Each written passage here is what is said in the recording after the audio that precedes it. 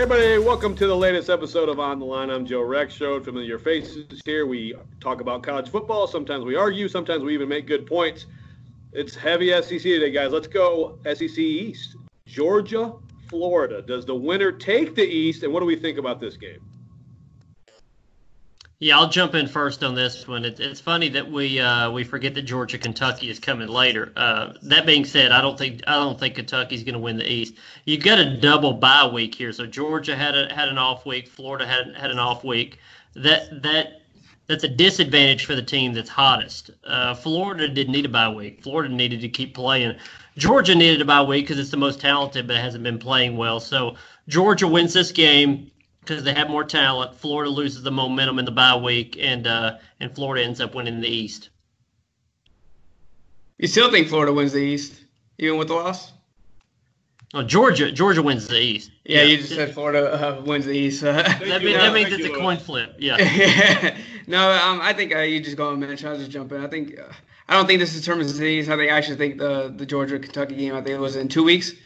In 2 weeks' time, after they play Missouri, I think that will determine the SEC East because I think Georgia's going to win this game. That gives Florida 2 SEC losses, including the one to Kentucky. And I think Kentucky beats Missouri this week, and I think next week that'll determine the SEC East winner, and I think that's going to be Georgia. I think even like you mentioned, the bye week's going to help them out. I think they get back on track, and I think they beat Florida at the world's largest outdoor cocktail party, which is a great nickname, by the way, one of the better ones you'll find around. I think Georgia will win the SEC East, but I think we'll wait a couple of weeks, and that Georgia-Kentucky game will determine the SEC East, not this one. When the SEC East rivalry was as good as it was in like the early 2000s when Georgia, it all revolved around this game. I remember I went to school at Georgia, and the build-up to this game was huge every year. It was kind of like the Alabama-Auburn situation where you knew one team was going to come out on top, and then they could probably win the division at that point. So I think they're building that. Both teams are kind of getting there. Georgia's obviously a little farther ahead than Florida is at this moment, but there's momentum on both sides. And, yeah, I think the SEC East is better when you do have this rivalry game, like you said, the world's largest cocktail party, playing for some championship potential right there. Mike Wilson. Yeah, I think it's the Florida-Kentucky game, or the Georgia-Kentucky game, rather. Florida-Kentucky already played. I do think Georgia's going to win this one, but I think it's going to come down to that Georgia-Kentucky game. I think Kentucky's got that favorable schedule remaining with, I believe, Missouri and Tennessee, who is not playing good football. So to me, that schedule sets up well, but I still do think Georgia's going to win that division. As Adam said, they are the most talented team in the group. And off that bye week, hopefully you see them kind of correct some of those issues that have really plagued them throughout kind of the whole first half with the front seven and Jake Fromm being really inconsistent. Guys, did you not see Vanderbilt almost win at Kentucky and Kentucky not able to complete a forward pass? Missouri is drilling Kentucky this week. All right, let's move to the SEC West, the game I'm more excited about, and I know we have to wait a while.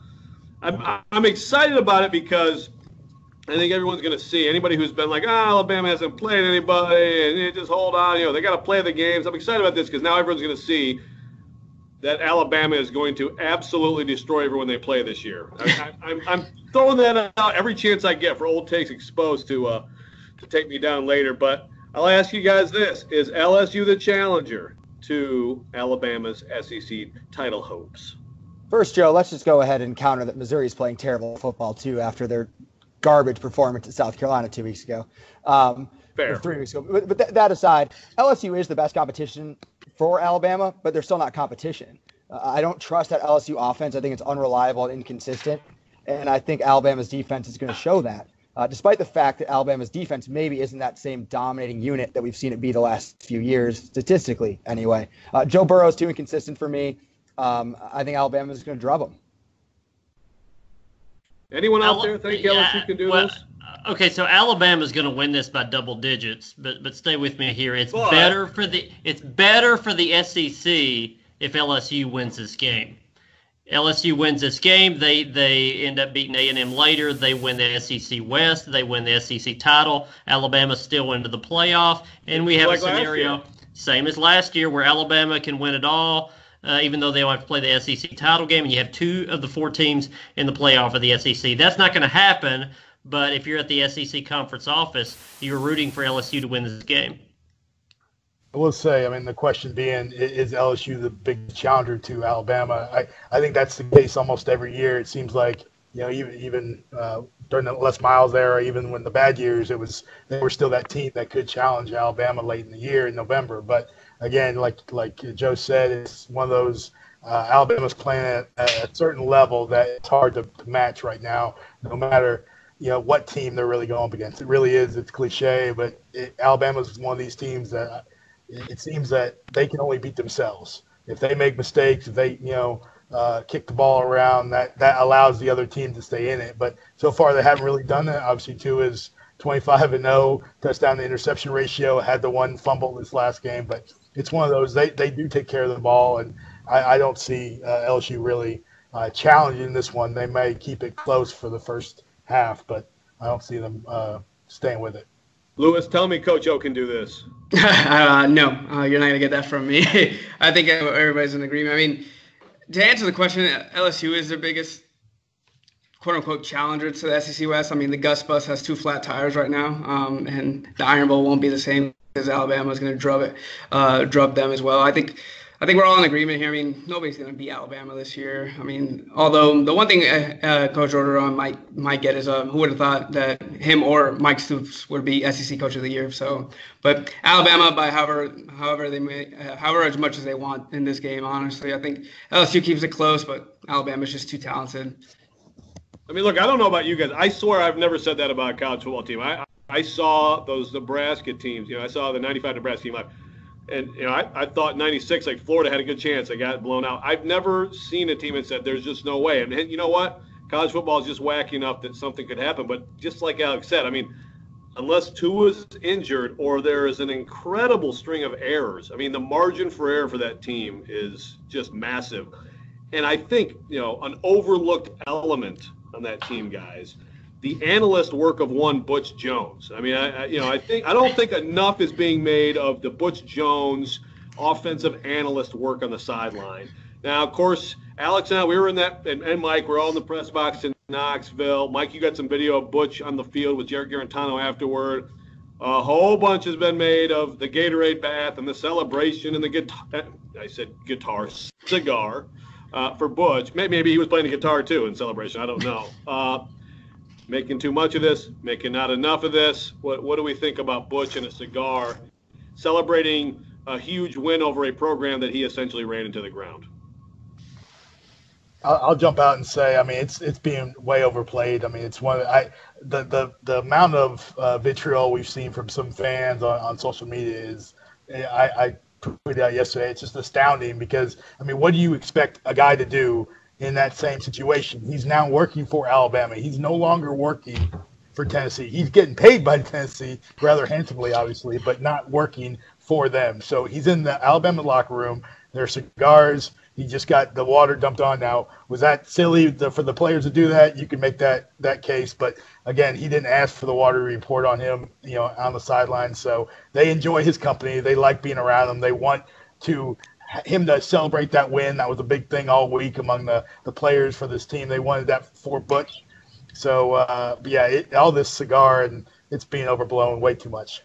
Well, this is such an awkward celebration because not only do you have Butch Jones going from UT to Bama, you have Jeremy Pruitt going from Bama to UT. So essentially what it works out as, Butch Jones's players were just beat by Jeremy Pruitt's players. They just happened to swap. So Butch should feel worse about that the guys that he recruited got beat that soundly. It was a whole awkward, it was awkward to begin with. Butch Jones always looks like kind of the dorky guy hanging around the cool kids, when the players come up and try to make him part of the group. Now, if you look at the math of these last 3 games, Alabama, Tennessee, Butch's last 2 years, he lost by 39 to Bama and lost by 38 to Bama. And then Pruitt lost by 37 to Bama. So another 36, 37, 38 years of Jeremy Pruitt, and this is an even series. I'm just going to say, I thought it was being way too overblown. I thought the Gatorade bath might have been a little extra, but, I mean, it's just, come on, he's not there anymore, just like Alex said. I mean, he's still getting paid. I just think social media is just a social media reaction, and UT fans just blowing this out of proportion. He's not there anymore. Come on, guys, just get over it. Yeah, I can't decide which is dumber. The Mark D'Antonio, Jim Harbaugh spitting match the past couple of days or the Butch Jones cigar nonsense. The guy won the game. Who cares what side he's on?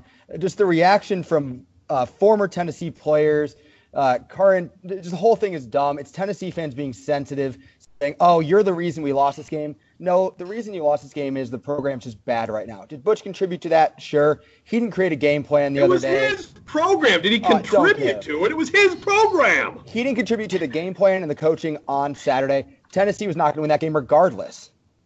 Get over it, guys. All right, fine, but Alex, at least, I mean, give me this. I mean, these players are making fun of Butch, right? I mean, come on, a little bit, like a little bit. Butch a mascot. They basically made Butch a mascot rallying cry. I will say that. I mean, he is an intern, so I mean, it's not like his contribution to the actual game. No, jokes aside, I mean, they do generally care about him. I don't know. We don't get to see their interaction. Obviously, he can't actually coach the players. Nick will say that and beat that to the ground, but it is something. They obviously have interaction with him. They enjoy him being around, whatever role he plays in their lives at this point. I don't think they're doing it to make fun of him. I think that was just something, that they wanted to celebrate with this guy. They know, I mean, they knew they were going to blow him out of the water. So why not use this opportunity to kind of motivate this team behind this one coach that you'll have for a year? Let the man smoke a cigar and be happy, for goodness sake. So the players are so impressed with his analytics and his interactions, not with them because he can't do that, but with the coaching staff, that they love him. I don't know, man. I don't know. But hey, Butch, he got a cigar. He moves on. He's happy. Some good takes today.